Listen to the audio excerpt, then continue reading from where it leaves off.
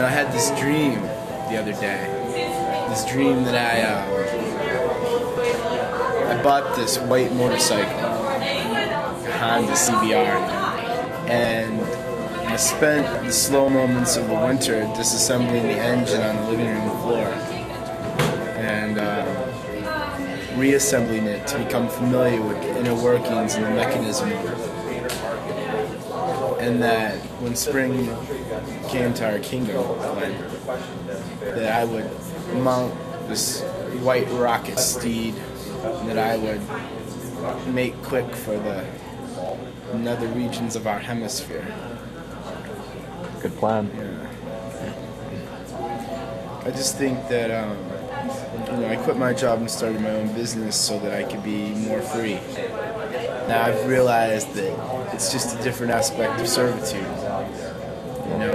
In a way, although I'm getting more, I'm giving more in the process. And between everything else, I have nothing left to give, where all is gotten but by me, for my activity, which, when I ponder, leaves me rather empty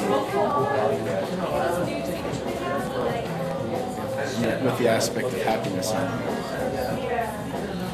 So I think what I gotta do is I gotta make a new space, a second renaissance, if you will, where I re-engineer the direction of my life, as I have so frequently and so often,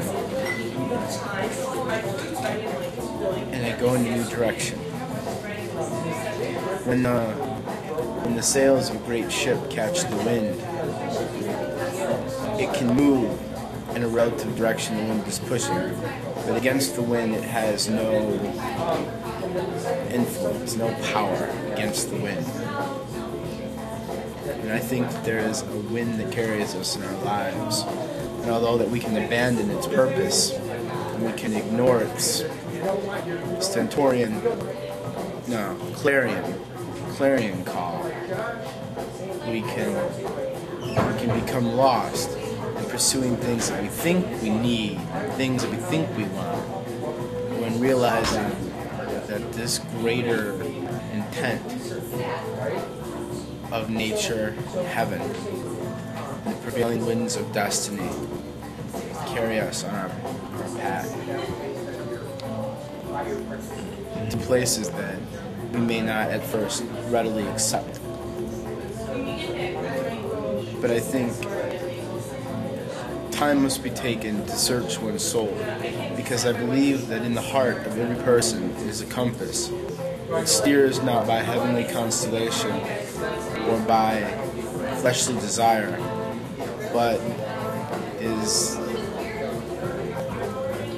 a function of some kind of cardiac navigation, where in the clearest, most still moments of our existence, we know where we must go and what we must do, even if most of the restlessness and hurry is a distraction to keep us from having to ponder and perhaps commence upon a course differing from our immediate desires and inclination. I think there is a greater, grander destiny, and it is there all the time, and it whispers to us. And I think that more than doing anything or getting anything or being anything, it would be a state of being able to hear that very quiet whisper, the drumbeat of creation, the metronome of nature, our own beating heart, and to allow ourselves enough, I wouldn't know what to call it, love, respect, patience, allow ourselves enough room in our lives to stop and hear that quiet beckoning call. If not, all the other time between here and there is just wasted time. Time spent in a state of self-distraction. Because we don't think we don't want to hear that. It's easier to accept more complacent, there we go, complacent explanations, than to question, the underlying mechanism of things and our place in it. I've been in 3 motorcycle accidents and 6 high-speed car accidents, and I've walked away with scratches, shredded garments, broken helmets, but I've walked away.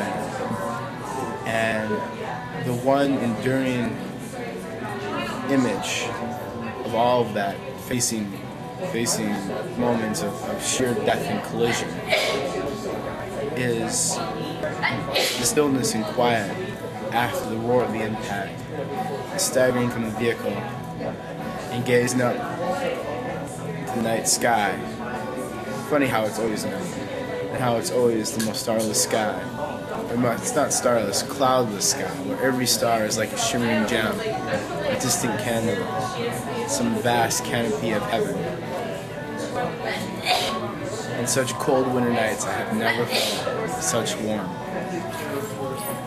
as when I've looked into the deep black forever and seen 1,000 twinkling gems speak to me like distant candles lit by the ancestors, the ancients, to remind us that there are some things in the deep quiet of such a worth that there is not price that can be placed upon them, and that through appreciation, maybe, we can understand the worth and the responsibility of ourselves in this great, vast sea